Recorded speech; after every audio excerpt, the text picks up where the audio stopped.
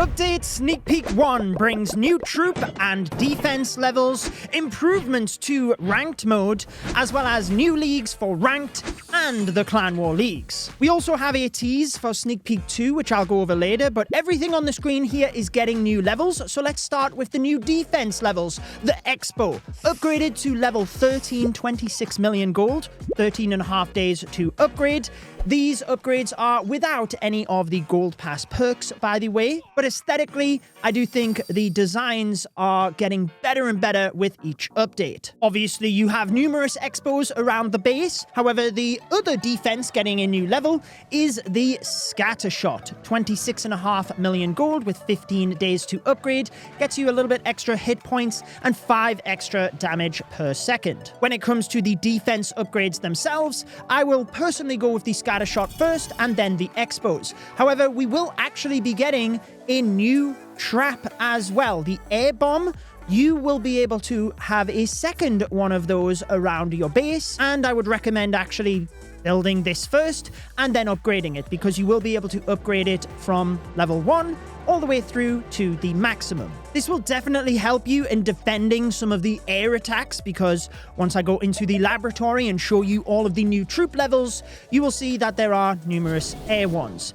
However, the next permanent upgrade is the Giant Bomb. This upgradable from level 11 to level 12, getting you 15 extra damage and a 0.2 tile increase for its effect radius. 17 million gold, 10.5 days for that upgrade. Again, you have numerous around your base. I will personally go with the Expo and Scatter Shot first, whilst having one builder working through the cheaper levels of the Air Bomb, and go to the Giant Bomb last. Before I go through the supercharges though, that is what I recommend for the defense upgrades. You might have noticed there's 2 offense-based buildings on this little mock-up I've made as well, and that's where I would actually put your builder priority first. Initially, into the army camps. We are getting an extra level to the army camp. Remember, you have 4 army camps, so these 4 buildings are what I would upgrade first. Now, this is the first time we don't get 5 troop capacity for a level.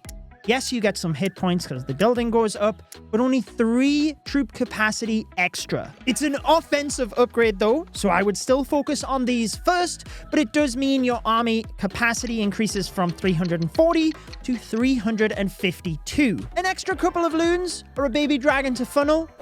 I'll take it. The other offense-based building getting a new level is the workshop, upgradable to level 9, so we will be getting a new siege machine. This costs 26 million elixir. Although there is a tease for it later in this video, I'm not allowed to break down the siege machine and show you gameplay in Sneak Peek 1. That will be tomorrow's Sneak Peek 2, along with a couple of other things, so be sure to subscribe to see that video. We do only have a small percentage of viewers subscribed to the channel, so if you enjoy my Clash of Clans content, I would recommend doing so. Aesthetically, that always gives you a bit of a clue as to the new siege machine, but let's go through the supercharge levels. Actually, first, we'll go through the wall upgrades, because there are 75 more wall pieces being upgraded to the maximum of level 19. This means we will have 275 in total, so only 50 wall pieces remain to be upgraded to that maximum level in a future update.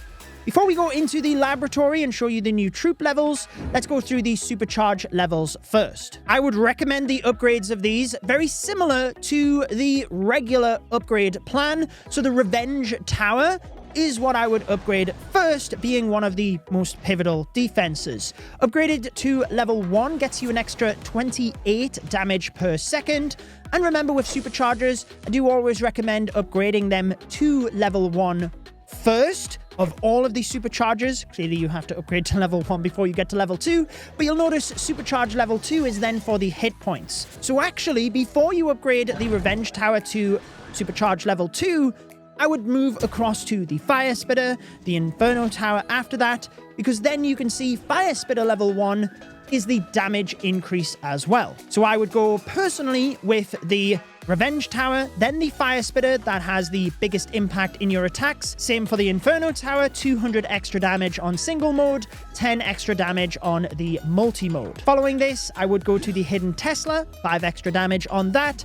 Finally, the Mortar, where you get an extra 3 damage. I will then just go through the level 2 superchargers real quick of the different defenses I just listed so that you can see the hit point increases of those levels as well.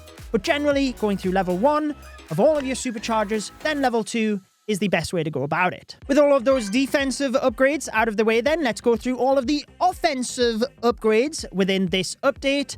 Within the laboratory, we have the Barbarian upgraded to level 13, a little bit extra hit points and damage, 24 million elixir, 12.5 days to upgrade. This would not be what I recommend upgrading first, other than if you use the Super Barbarian. Because remember, any of these which have a Super Troop version, the Super Troop also gets a new level. If you like farming though, the Goblin might be what you upgrade first, due to the Sneaky Goblin. This gives you an extra 10 damage per second, means you're that little bit more efficient in farming, but to be honest, over time with new troop levels, it just balances out the new collector levels so that you can continue to take them down whilst being sneaky. I'm going through these in order, but it always depends on your attack strategy as to like which of these troops and spells to go with first. If you're a dragon attacker, clearly I would go with the dragon approach. You'd probably still want to upgrade the balloons, granted, but the rocket balloons also get that new level as well. So the regular balloons, an extra 22 damage per second, and 22 damage per second for the rocket balloons. A nice little bonus for anyone that already does the Fireball Rocket Loon strategy. Dragons themselves, though, going up to level 13, an extra 20 damage per second and 300 hit points. Not the greatest improvement in stats, but a lot of people already like to use the dragons and are very successful with them. 28.5 million elixir and 15 days for that upgrade. I'll not be going over the cost and time specifically for each of these upgrades, but I'll assure that they are all on your screen, alongside the stats, including the super troops as well, just so you can see the differences in the troops. Moving along the list, a couple of other popular troops. I personally love the Hero Dive using Yetis to support, so these are probably what I will upgrade first. Many of you will have spied the Root Rider there.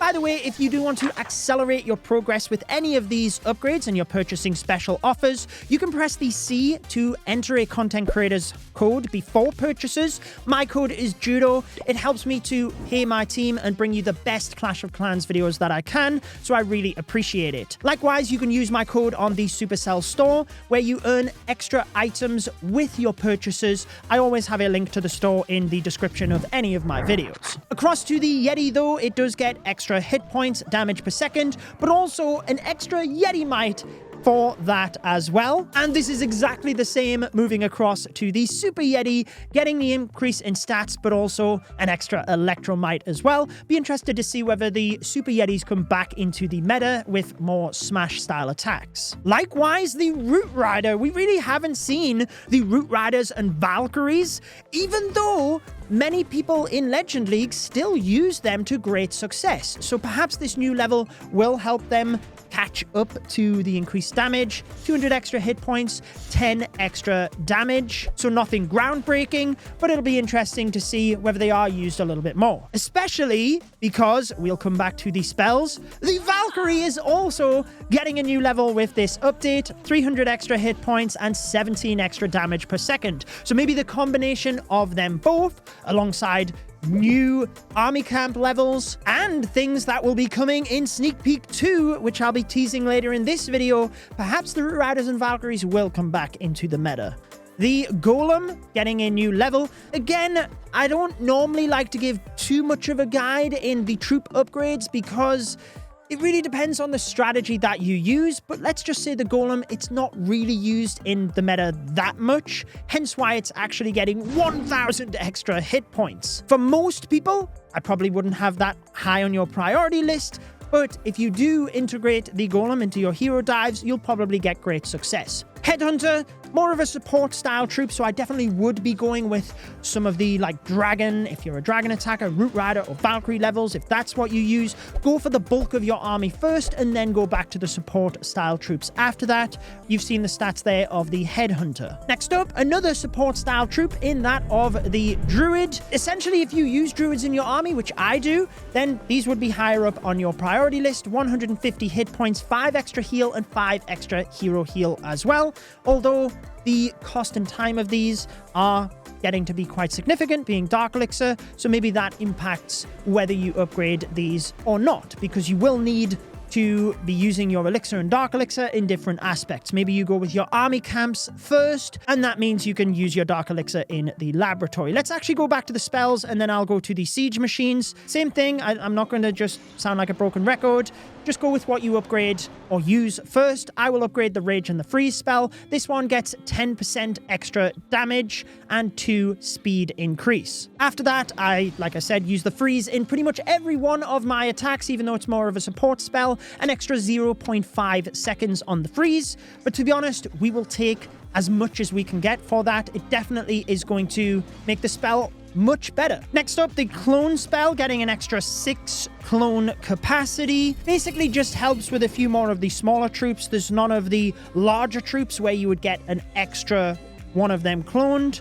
Like the Witch, for example, does round nicely to get you an extra Witch, not like you're cloning witches. But anyway, some extra clone capacity, always going to be good when you're cloning loons, for example. Recall spell. I use the recall spell a lot, but to be honest, I can already recall pretty much everything I need to, so this will be bottom of the priority list for me. Gets you an extra 7 recall capacity. I definitely recommend going with the Rage and the Freeze first. They are 2 spells that everybody uses. The Overgrowth, very popular spell as well, so should you use it, gets you an extra 1 second in the spell duration. Maybe that's an advantage or also a disadvantage depending on how you like to use it, but in most situations it's going to be helpful. Ice Block spell gets you an extra 2 damage reduction, so up to 96% damage reduction. To be honest, 94% was already like as effective enough that I'm not sure this makes that much of an impact, but that's what you get for your new level. With all of these spells out of the way, there are a couple of siege machines. Then I'm going to break down all of the changes coming to ranked, and some of these are really important for you. So starting off though, the Battle Blimp, 500 extra hit points, 60 extra damage, and 100 extra damage on defeat. At Town Hall 18, it's probably not going to make me use the Battle Blimp that much more. However, I do use the Siege Barracks and the Log Launcher in both of my approaches. Even with air approaches, I use the Siege Barracks on the outside to set the funnel. So 300 extra hit points for the barracks itself, 1 extra wizard. Whilst it's not as much of an increase as the Battle Blimp, because it's more popular, it's already more powerful, if you use this in your strategies, then any increase is going to help you. Log Launcher, an extra 10 damage per second, 300 extra hit points, and the lifespan of the Log Launcher as well, since it has diminishing health, increased by nigh on 2 seconds. All of these upgrades, relatively the same cost and time when it comes to the Battle Drill. I do use this occasionally. I like to have multiple different siege machines just in case I swap out, but most of these are around about the same cost. 28 million elixir, 15.5 days. So there's certainly a lot of upgrades with this update to be sinking our teeth into. And that's not mentioning the things coming in Sneak Peek 2. So again, be sure to subscribe for those. However, let's go through all of the ranked changes for you now. Firstly, we have new leagues coming, but the UI of all of this is equally improved. So when you do promote, you get the animation of you promoting, but you also have an overview as to actually how you performed that week. Being on the developer build, the stats are non-existent here, but essentially it will show you your position, the trophies, where you finished within your town hall, your average stars, town halls destroyed, some stats for your defense as well, just to give you a better feel as to how you performed in that ranked week. It also gives you a nice summary as to your battle log as well, and you can even change perspective so you can view more of a grid tile style option as to how your performance went that week. So visually, this is much better and way more information for you to feel better about your performance that week. When it comes to the new leagues, the modifiers have been removed from the Electro leagues. So after Electro 33, and the number of battles are also changed, there's now only 18 battles there, you would promote to Legend 3, where then you have the Legend 3 modifier. And these are very similar to the modifiers we had in the Electro leagues. There's 24 attacks there. Then you would be promoted to Electro 2, where the modifiers increase. Legend 2 will only have around about 50,000 players in. And then Legend 1, where it moves to 8 attacks per day, will be limited to 10,000, the top 10,000 in the world. What I'll do is I'll place a graphic on your screen which shows the old modifiers, or like the current ones in game and for Legend League, and the new modifiers so you can compare the difference. Basically, Legend 1 will be much more difficult than the current Legend League modifiers. I did break down these new leagues on my second channel, Judo Sloth 2, where I keep you up to date with blog posts and have more of a discussion over on that channel. If you enjoy podcast style videos, I'd recommend checking that out. However, the Legend Leagues, you will notice that the star bonus, specifically the amount of ore as well, caps off once you hit Legend 3. So you don't have to grind through higher leagues that you potentially don't play with more difficult modifiers. You would do that for the glory of it.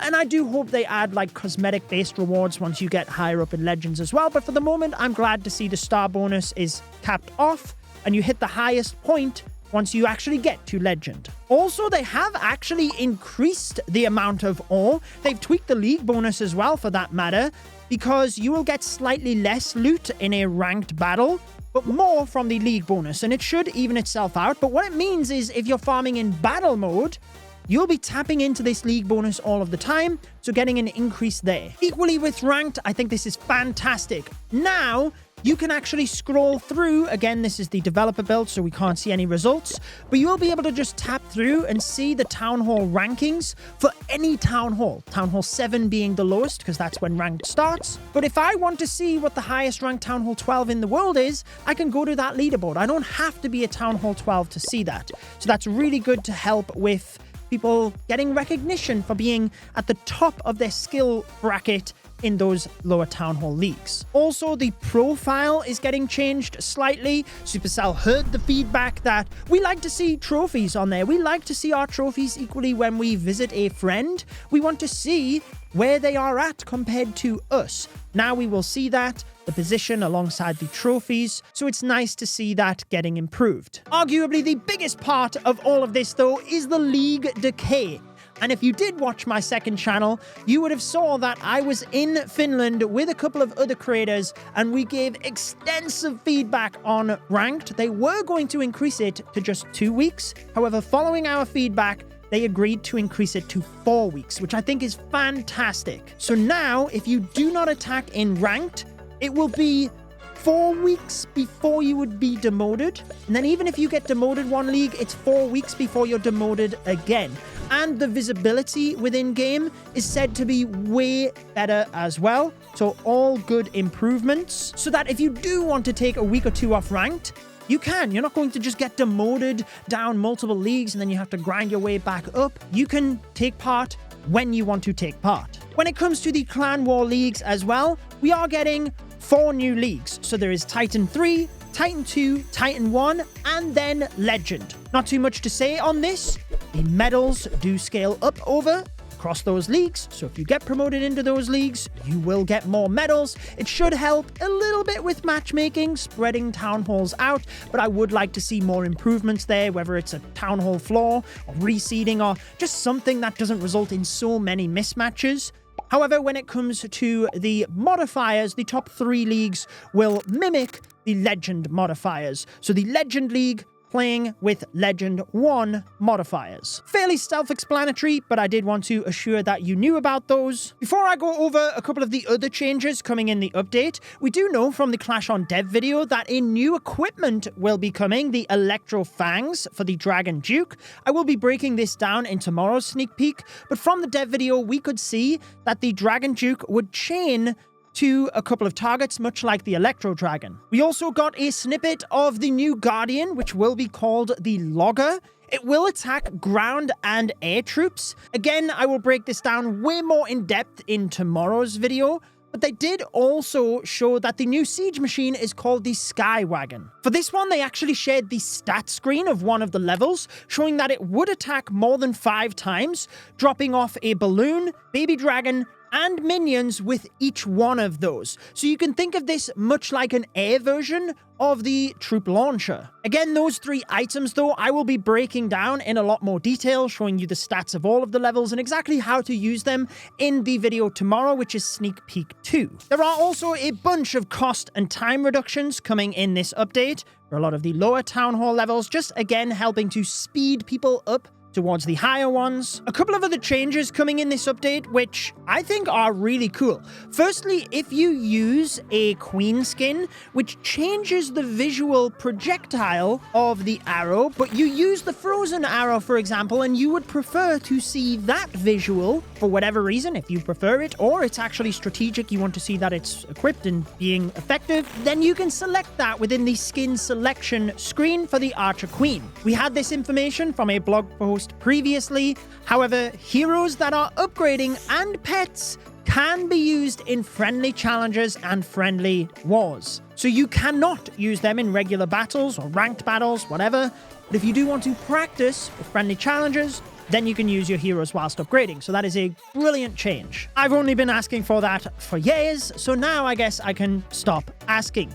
You will have noticed a couple of balance changes on your screen. Essentially, with a lot of the balance changes and bug fixes, I don't read them all out. If there's anything pivotal, I will. Jaden will be happy. The Yak AI now less hesitant of attacking walls. But I like to put all of these on the screen so you're well informed, you know what's coming, and you can always pause and have a read if you wish. That is everything for Sneak Peek 1 though. Subscribe for tomorrow's Sneak Peek, and I have a recommended video from my channel on your screen. Enjoy the rest of your day.